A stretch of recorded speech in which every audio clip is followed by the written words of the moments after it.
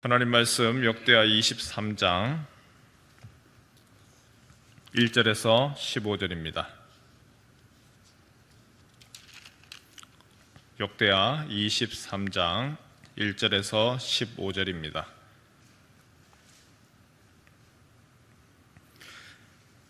제7년에 여호야다가 용기를 내어 백부장 곧 여로함의 아들 아사랴와 요하란의 아들 이스마엘과 오벳의 아들 아사랴와 아다야의 아들 마아세야와 시그리의 아들 엘리사밧 등과 더불어 언약을 세우매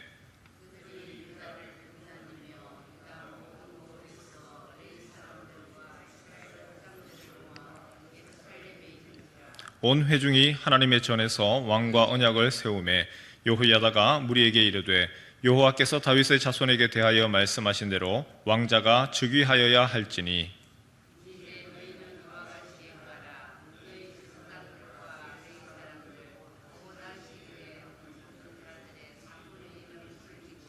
삼분의 1은 왕궁에 있고 3분의 1은 기초문에 있고 백성들은 여호와의 전뜰에 있을지라.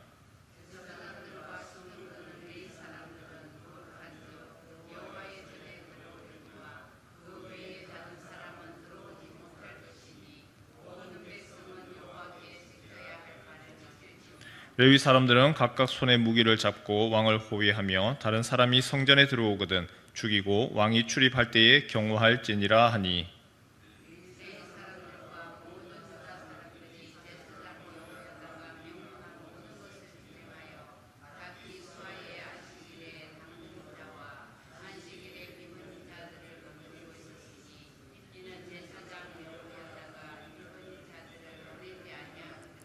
제사장 여호야다가 하나님의 전 안에 있는 다윗 왕의 창과 큰 방패와 작은 방패를 백부장들에게 주고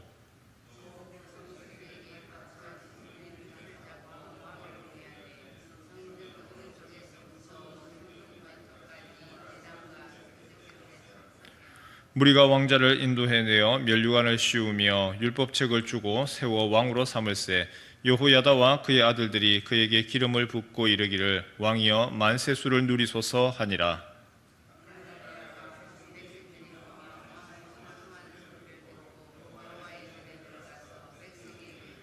봄에 왕이 성전 문 기둥 곁에 섰고 지휘관들과 나팔수들이 왕의 곁에 모셔 서 있으며 그 땅의 모든 백성들이 즐거워하여 나팔을 불며 노래하는 자들은 주악하며 찬송을 인도하는지라. 이에 아달랴가 그의 옷을 찢으며 외치되 반역이로다 반역이로다 하매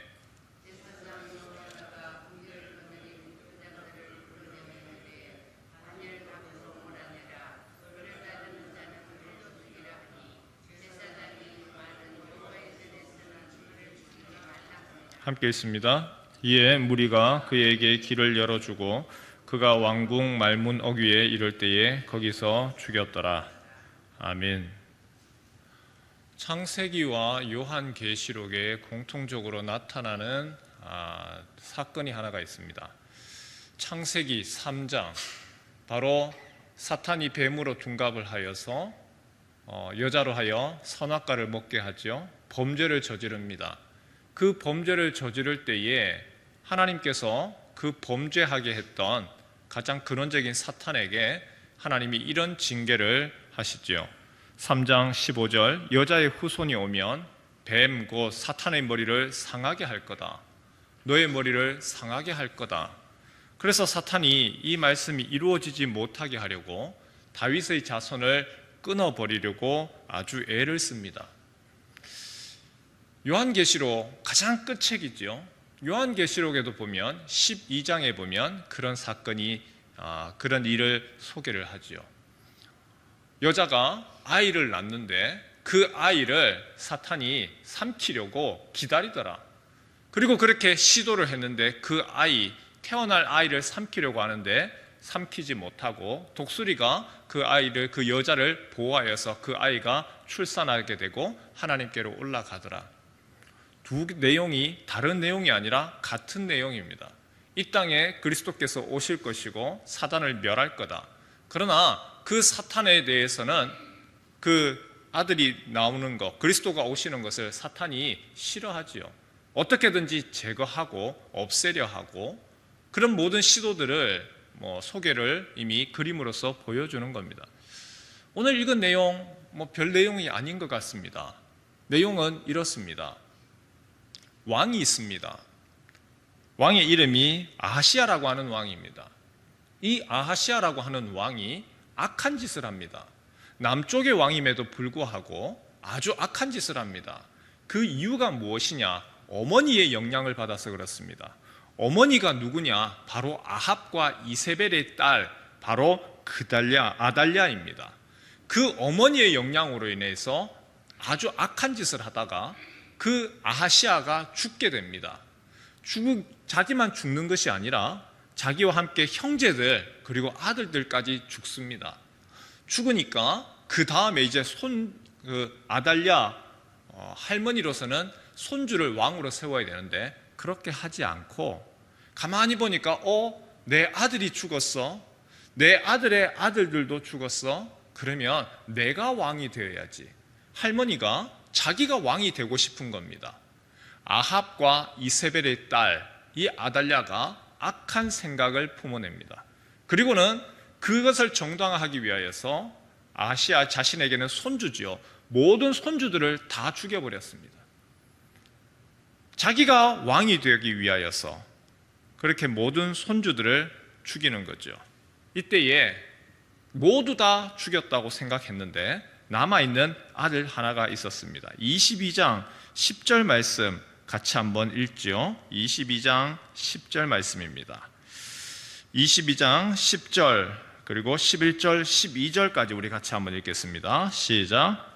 아하시아의 어머니 아달랴가 자기의 아들이 죽은 것을 보고 일어나 유다 집의 왕국의 씨를 모두 진멸하였으나 왕의 딸 여호사보앗이 아하시아의 아들 요아스를 왕자들이 죽임을 당하는 중에서 몰래 빼내어 그와 그의 유모를 침실에 숨겨 아달랴를 피하게 하였으므로 아달랴가 그를 죽이지 못하였더라.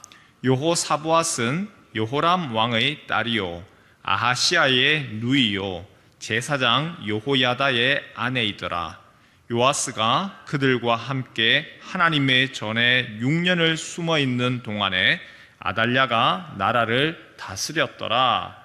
자신의 손주를 다 죽이고 자기가 왕이 되었지요. 그런데 이때에 그 아달랴의 딸입니다. 요아스라고 하는 어린 아이로서는 고모지요. 어머니의 그 이상한 행동 그리고 그 미친 행동을 보면서 모든 조카들을 살려낼 수는 없지만 한 명이라도 그래도 살려야 되겠다 싶어서 침실에 숨긴 아이가 바로 요아스입니다. 그리고 아달랴 그 어머니의 눈을 피하여서 이 아이를 키워냅니다. 바로 성전에서 키워냈던 것이죠. 아무도 그 아이가 왕자인 것을 모릅니다. 자신의 손으로 모든 손자들을 다 죽이고 다윗 가문의 씨를 없애버렸다라고 생각했던 그 아달랴, 이제는 여왕이 되어서 폭정을 행하기 시작을 합니다. 그의 어머니 이세벨이 했던 대로 남쪽 유다에 바알 신상을 세우고 아세라 신상을 세우고 사람들이 그 모습에 실망하기 시작합니다. 다윗의 가문이 사라졌다. 하나님의 언약이 끊어졌다. 유다 백성 이스라엘에서는요, 왕이 어떻게 되지요? 북쪽 이스라엘에서는 쿠데타와 반역으로 왕이 되지만 남쪽에서는 그래도 하나님의 다윗에게 주신 언약이 계속해서 이어졌습니다. 신명기 말씀에 보면 왕이 되기 위한 첫 번째 조건이 있습니다. 하나님이 명령하여서 하나님이 선택한 사람이 왕이 됩니다. 내가 왕이 되겠다고 되는 것이 아니고 하나님이 선택하셔야 됩니다. 그리고 하나님이 다윗의 선택을 하시고 다윗에게 언약, 약속하셨습니다. 하나님 약속의 하나님이시죠. 너의 가문에서 가문이 끊어지지 않을 거다. 너의 후손이 계속해서 왕위가 이루어질 거다. 그런데 오늘 일어난 사건은 할머니가 모든 손주들을 다 죽이면서 다윗의 가족, 다윗의 자손들 끊어지는 일들이 벌어지는 것이죠. 다윗이 가문이 사라졌습니다. 그것은 단순하게 다윗 가문의 문제가 아니라 하나님의 언약, 하나님의 약속이 끊어지는 것을 이야기를 합니다. 희망도 사라지고 소망도 사라집니다. 하나님이 다윗 가문과 함께 일하겠다고 하셨는데 그것이 이루어지지 않는 겁니다. 그런데 그렇게 모든 것이 이제는 희망이 사라졌다, 소망이 사라졌다라고 하는 그때에 하나님은 여전히 일하고 계셨다는 거죠. 아달랴가 여왕으로 등극한 지 6년이 지나서 7년이 되던 해에 드디어 제사장 여호야다가 잘못된 나라를 바로 세우기 위해서 준비하여서 일어납니다. 그리고 먼저 여호야다가 유다와 이스라엘의 유력한 사람들, 그 사람들을 다 모아서 그들에게 하나님과 여호와께서 다윗과 맺은 언약, 하나님의 그 약속을 다시 상기시킵니다. 23장 3절 말씀, 온 회중이 하나님의 전에서 왕과 언약을 세우매 여호야다가 무리에게 이르되 여호와께서 다윗의 자손에게 대하여 말씀하신 대로 왕자가 즉위하여야 할지니, 하나님의 약속, 그것을 우리가 이루어내자. 이후에 무장병력을 성전 요소의 모든 곳에 배치를 하고 즉위식을 합니다. 바로 이가 바로 정통한 다윗의 자손이다. 이 사람이, 이 요아스가 하나님께서 세우신 다윗 가문에 옳은 정통한 왕이다. 그리고 요아스 왕자에게 기름을 부어서 왕으로 삼죠. 우리 11절 같이 한번 읽겠습니다. 시작. 무리가 왕자를 인도해 내어 면류관을 씌우며 율법책을 주고 세워 왕으로 삼을세. 여호야다와 그의 아들들이 그에게 기름을 붓고 이르기를 왕이여 만세수를 누리소서 하니라. 역전되는 것이죠. 아달랴가 내가 이제 왕이 되었다. 내가 모든 다윗의 가문 다 없애고 씨를 말리고 내가 되었다. 사탄이 공격을 하지요.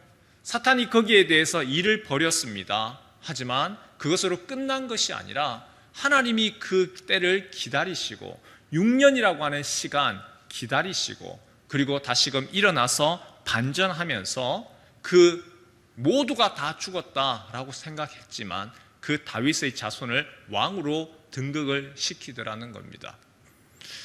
모든 사람들이 기뻐할 때에 한 사람만 반역이라고 외쳤죠. 그가 바로 아달랴. 자기가 왕이 되기 위해서 손자들을 죽였던 몹쓸 할머니가 사람들의 손에 끌려가서 죽임을 당합니다. 사탄, 다윗의 자손을 끊어버리고 다윗에게 약속하신 하나님의 언약을 없애버리려고 그렇게 몸부림쳤지만 하나님이 그 약속이 끊어지지 아니하도록 어린 왕자의 고모를 통하여서 피신하게 하고 성전에서 크면서 율법을 가까이 하고 왕으로서 왕이 해야 되는 거 하나님의 율법 등사본을 가까이 하여서 외우고 묵상하면서 훈련시키면서 왕으로 준비시켜 나갔던 것이죠. 사탄의 공격에 대한 하나님의 수비와 반격입니다. 피를 통해 쟁취한 왕이 아니라 피의 보복과 혼란의 상황을 종식시키는 왕입니다. 악한 자가 자신의 뜻을 이루기 위하여서 발악하고 달려들지만 하나님이 그 악한 자의 뜻대로 그대로 이루어지는 거 그냥 두지 않으신다는 겁니다. 오늘 우리의 상황 가운데서도 마찬가지입니다. 때로는 악한 자가 승승장구하기도 하고 악한 자가 위협을 퍼붓기도 하고 그 악한 자가 온갖 모략을 통하여서 괴롭히기도 합니다. 그러나 그 순간에는 그 악한 자가 승리하는 것 같지만 하나님이 그 뒤에서 배후에서 하나님의 자녀들에 대하여서 하나님이 지키시고 하나님이 그들에 대해서 가만두지 않으신다는 것이죠. 우리 시대에도 마찬가지로 교회가 오늘날 코너에 몰아넣기도 하고 성도들을 꼼짝달싹 못하기도 하고 믿는 자들이 오히려 자신의 믿음을 표현할 수 없는 사회적인 분위기도 있습니다. 그러나 이 모든 것이 끝이 아니라 하나님이 그 가운데서 행하시는 또 하나님의 행하시는 계획이 있다는 거죠. 오늘 우리가 믿는 것은 바로 이 부분입니다. 우리 앞에 펼쳐져 있는 이 모든 것이 다 모든 것이 아니라 하나님 그 가운데서 일을 행하실 것입니다. 피할 길을 주시기도 하고 때로는 그 혼돈의 시간으로 인하여서 연단시키기도 하고 연단시킨 이후에 때가 차면 하나님이 다시 일으키실 것을 우리는 믿습니다. 우리가 이런 시각으로 성경을 보고 이 시대를 볼 수 있었으면 좋겠습니다. 창세기에 이미 사탄과 하나님과의 바로 그 일 가운데서 하나님이 그 일들을 행해 나가시리라. 그리고 요한계시록에서 사탄이 어떻게든지 그 다윗의 자손 하나님의 아들에 대하여서 삼키려고 할 때 하나님이 그를 보호하시고 하나님께서 안전한 길로 인도하셨던 것을 우리가 보면서 오늘 우리의 상황도 마찬가지입니다. 주님께서 사탄이 아무리 흔들어 놓는다 할지라도 하나님이 하나님의 자녀들을 붙들어 주시고 주님의 자녀를 지키고 보호하신다라고 하는 그 믿음 가운데서 흔들리지 말고 오늘 나에게 주어진 시간들을 연단하고 더 단단히 그리고 하나님이 세우실 그 시간을 기대하며 나아가는 우리 귀한 성도 되시기를 주님의 이름으로 축원합니다.